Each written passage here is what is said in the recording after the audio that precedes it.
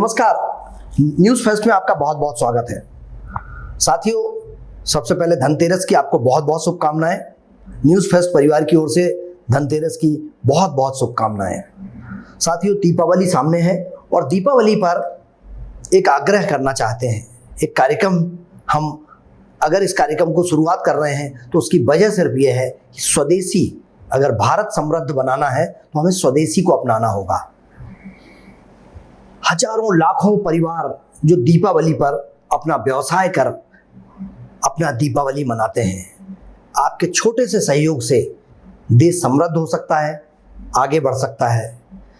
क्यों न हम अमेज़न, फ्लिपकार्ट की जगह लोकल बाजार में उपलब्ध उत्पादों को खरीदें, जिससे ऐसी ही अपील देश के प्रधानमंत्री जी ने की है और देश भर के सांसद, मंत्री, मध्य प्रदेश में डॉक्टर मोहन यादव और सारे मंत्री बाजारों में जा रहे हैं, लोगों से आग्रह कर रहे हैं कि स्वदेशी को लीजिए, स्वदेशी खरीदिए। इसी पर हम न्यूज़ फेस्ट का यह कार्यक्रम करने जा रहे हैं। न्यूज़ फेस्ट के बातूनी में आज हमारे साथ लंबे समय तक स्वदेशी 95-92 में स्वदेशी अभियान से जुड़े थे और आज भी स्वदेशी अभियान के कई संगठनों को लगातार मदद करते हैं और उनको काउंसिल करते हैं, उनको सहयोग करते हैं। ऐसे श्री कृष्ण मोहन झा जी हैं जो देश के वरिष्ठ पत्रकार हैं। आपका बहुत बहुत स्वागत है। धन्यवाद सचिन भाई। क्या स्वदेशी अपनाने की जो अपील देश के माननीय प्रधानमंत्री जी कर रहे हैं, देश के मुख्यमंत्री, मध्य प्रदेश के मुख्यमंत्री जी कर रहे हैं और सारा मंत्रिमंडल, सांसद, हर आदमी तो आग्रह कर रहा है, कई संगठन भी सक्रिय हुए हैं, तो क्या आपको लगता है कि इस मौके पर यदि बाहर, घरों के बाहर बाजारों में जो छोटे छोटे परिवार के लोग जो घर पे उत्पाद बनाते हैं और उसे बेचते हैं, उससे उनके घर रोशन होते हैं और इससे देश का पैसा देश में रहेगा, तो क्या स्वदेशी अपनाओ अभियान आपको लगता है कि मूर्त रूप ले रहा है जैसा माननीय प्रधानमंत्री जी या मुख्यमंत्री जी चाहते हैं? देखिए शिशिर भाई, धन्यवाद आपको कि आपने ये विषय उठाया। स्वदेशी, स्व उत्पन्न चीज़ें, हमारे वेद पुराणों में भी बात कही गई है कि जब हम सर्वाइव करेंगे, जैसे हमारा देश है, हम अपने देश के उत्पाद का बेहतर उपयोग करें, उत्पादनकर्ताओं को सहयोग करें। कहा गया है कि हम अपने परिवार की जब तक मदद नहीं कर सकते तो बाहरी लोगों से संबंध बनाने से कोई आशय नहीं है। यही वजह है कि भारत में स्वदेशी आंदोलन बहुत तेज़ी से चला। आपको ध्यान होगा, माननीय गोविंदाचार्य जी ने बहुत तेज़ी से इस मामले को उठाया और पूरे देश में एक जुनून था। आप भी उस समय युवा थे और अपन युवा दौर में जब प्रवेश किए तो स्वदेशी को लेकर के एक चीज़ें थी। खादी को हम पहनना चाहते थे, खादी को अपनाना चाहते थे। हमारे राष्ट्र में निर्मित चीज़ें, चूँकि आपको ध्यान होगा कि उस समय विदेशी वस्तुएं भी बहुत ज़्यादा नहीं हुआ करती थी और इतने सारे संसाधन, बहुत सारी चीज़ें भी नहीं थी, तकनीकी प्रचार प्रसार भी नहीं हुआ था। तो वो दौर था जब स्वदेशी को लेकर के मुहिम छिड़ी। फिर आपको ध्यान होगा कि जब वो एनडीए सरकार आई तो एफडीआई को लेकर के बातें उठी और स्वदेशी आंदोलन वहाँ जाकर के शांत हो गया था। लेकिन आप देखिए कि 2014 के बाद से फिर स्वदेशी आंदोलन मुखर हुआ है और आज 2025 आते आते स्वदेशी ने एक अपनी जड़ मजबूत कर ली है। जो आप देखेंगे कि माननीय प्रधानमंत्री जैसी प्रधानमंत्री बने और पूरे विश्व में उन्होंने दौरा करके मेक इन इंडिया की बात की। मेक इन इंडिया को एक बड़ा रिस्पॉन्स मिला। विश्व में हमारे जो लोग थे, एनआरआईज थे, वो आकर के इंडिया में काम करना शुरू किए, अपनी यूनिट लगाना शुरू की। तो भारत की जो चीज़ें थी, पहले उनको जो मजबूरन बाहर जाके काम करना पड़ रहा था, तो वो भारत में आके काम करने लगे।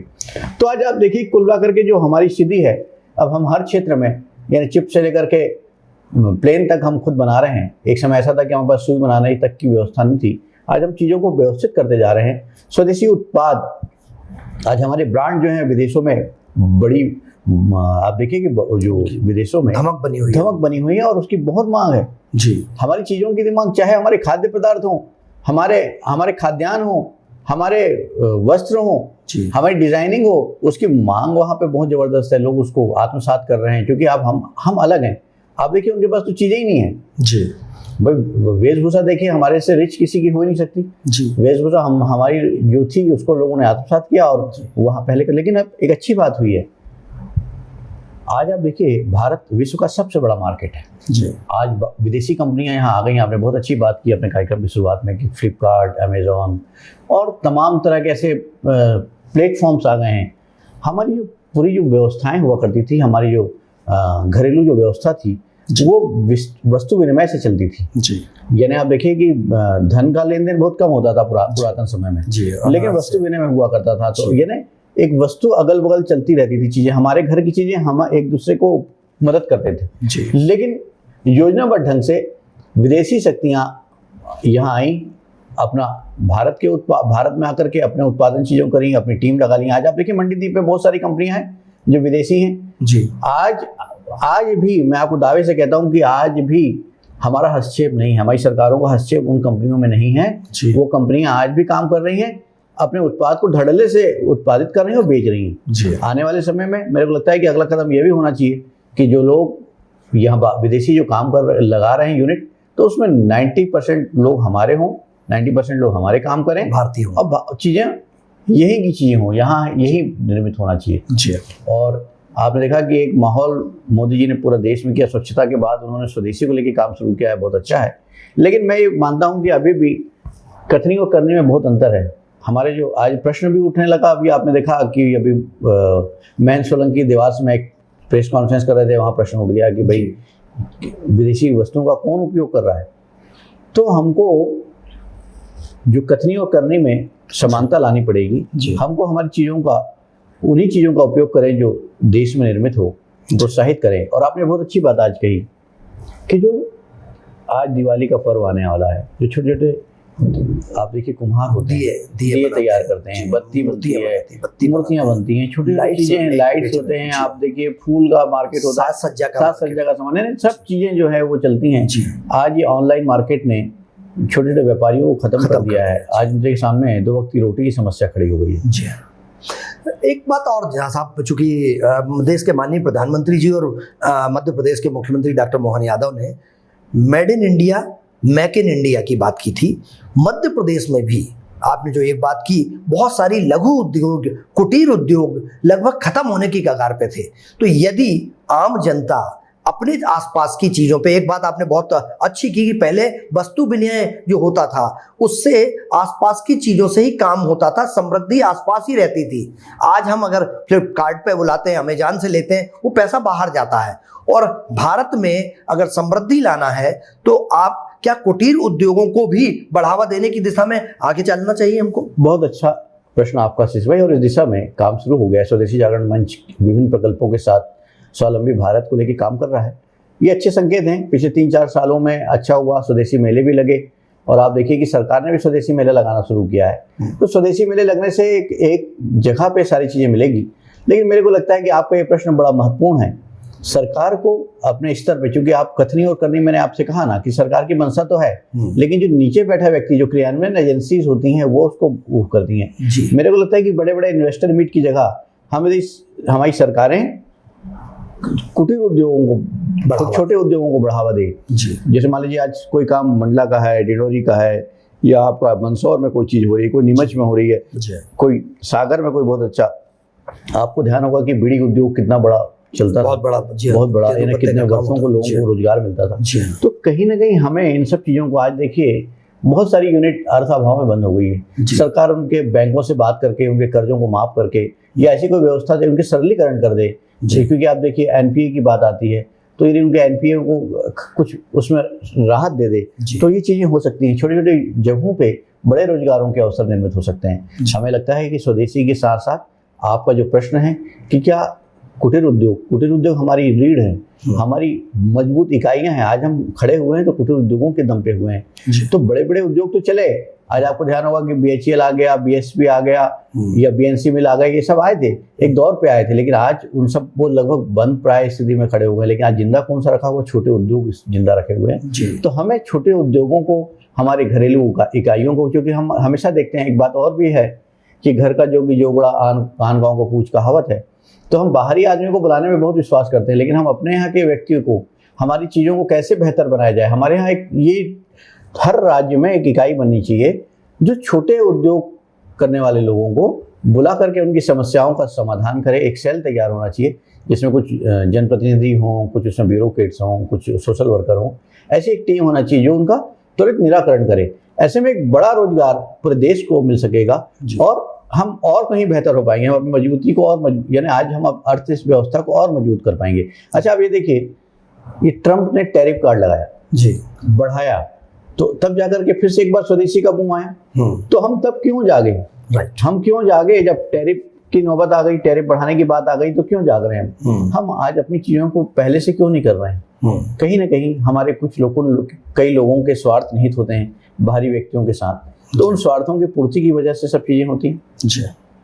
आज जिस तरीके से एक स्वदेशी का एक उदाहरण आया था और बाबा रामदेव उसके सीधे सीधे उदाहरण है।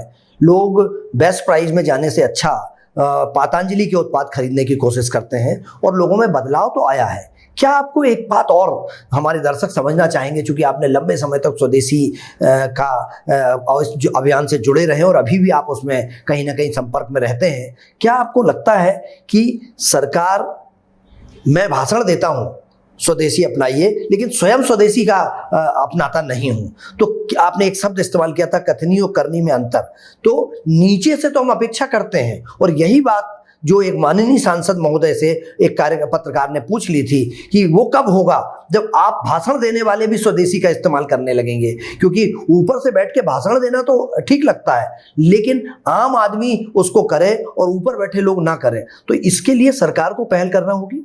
देखिए, मेरे को लगता है कि हर चीज़ों में सरकारी निर्भरता सही नहीं है जी। समाज को भी आगे आना चाहिए, और बहुत सारी संस्थाएं हैं, जैसे आज भारतीय जनता पार्टी देश की सबसे बड़ी राजनीतिक दल है और अधिकांश राज्यों में उनकी सत्ता है। मेरे को लगता है कि इनका एक स्पष्ट निर्देश अपने कार्यकर्ताओं को होना चाहिए, चाहे वो कांग्रेस हो चाहे भाजपा हो, उसको एक निर्देश देना चाहिए कि भाई हमको हमारे कार्यकर्ता इस चीज़ का उपयोग करें।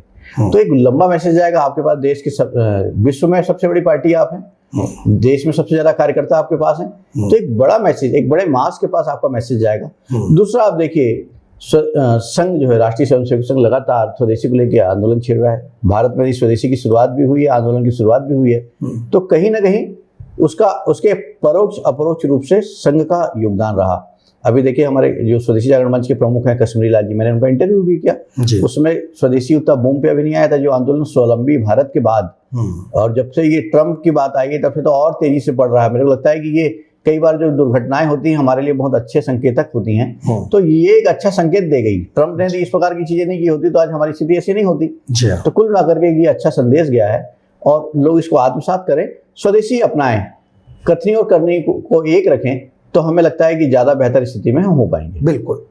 ट्रम्प भले ही टैरिफ का लगाकर आज उनका मानना है कि भारत को वो परेशान कर सकते हैं, लेकिन भारत के हर व्यक्ति में इतनी क्षमता है कि जिस दिन स्वदेशी का इस्तेमाल करने लगे तो कई देशों की अर्थव्यवस्था बिगड़ जाएगी, क्योंकि भारत में इतनी क्षमता है। विश्व का सबसे आत्मनिर्भर देश भारत है और भारत में स्वदेशी जिस दिन पूरी अपनी ताकत के साथ आ गया, कथनी और करनी जैसा जहाँ साहब ने कहा है, जिस दिन वो खत्म हो गया, आम आदमी स्वदेशी अपनाने लगा, तो मुझे लगता है कि देश तो सशक्त है ही, हमारा हर जमीन निचले स्तर का व्यक्ति भी सशक्त हो जाएगा, क्योंकि ये कहीं ना कहीं आपसी समन्वय से चलता है। गांव से लेकर शहर तक सब मुद्रा सिर्फ जो डॉलर और रुपए से हटकर जो वस्तु विनिमय है उस पर आधारित हो जाता है और भारत समृद्ध होगा। स्वदेशी अपनाने की इसी अपील के साथ हम आज के इस बातूनी कार्यक्रम में न्यूज़ फेस्ट के आपको ये आग्रह करेंगे कि यदि संभव हो सके तो अपने अड़ोसी पड़ोसी आसपास के लोगों से स्वदेशी सामान ही खरीदें, ताकि हम उनके साथ भारत को मजबूत कर सकें। हमारे साथ इस कार्यक्रम में श्री कृष्णमोहन झा जी जुड़े, आपका बहुत बहुत धन्यवाद। दर्शकों, एक आग्रह है कि आप इसको सब्सक्राइब करें। ये कार्यक्रम अगर आपको अच्छा लगा तो कमेंट्स बॉक्स में जाके हमें आप कमेंट्स करें, हम आपकी जो भी सलाह होगी उसका पूरा पालन करेंगे। मुझे और झा साहब को अनुमति दीजिए। नमस्कार।